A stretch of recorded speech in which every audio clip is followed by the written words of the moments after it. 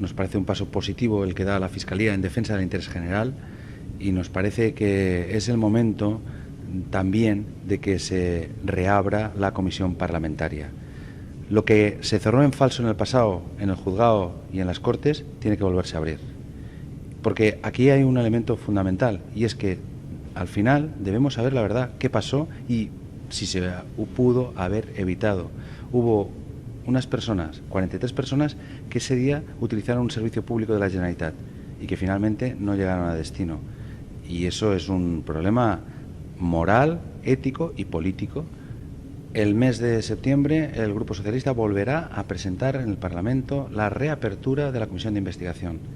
Hay nuevos elementos, lo hemos dicho, que han aparecido y hay, desde luego, una falta de acción del Gobierno de la Generalitat y del señor Fabra para, de alguna manera, compensar el daño moral que se ha producido a las víctimas del metro durante todos estos años.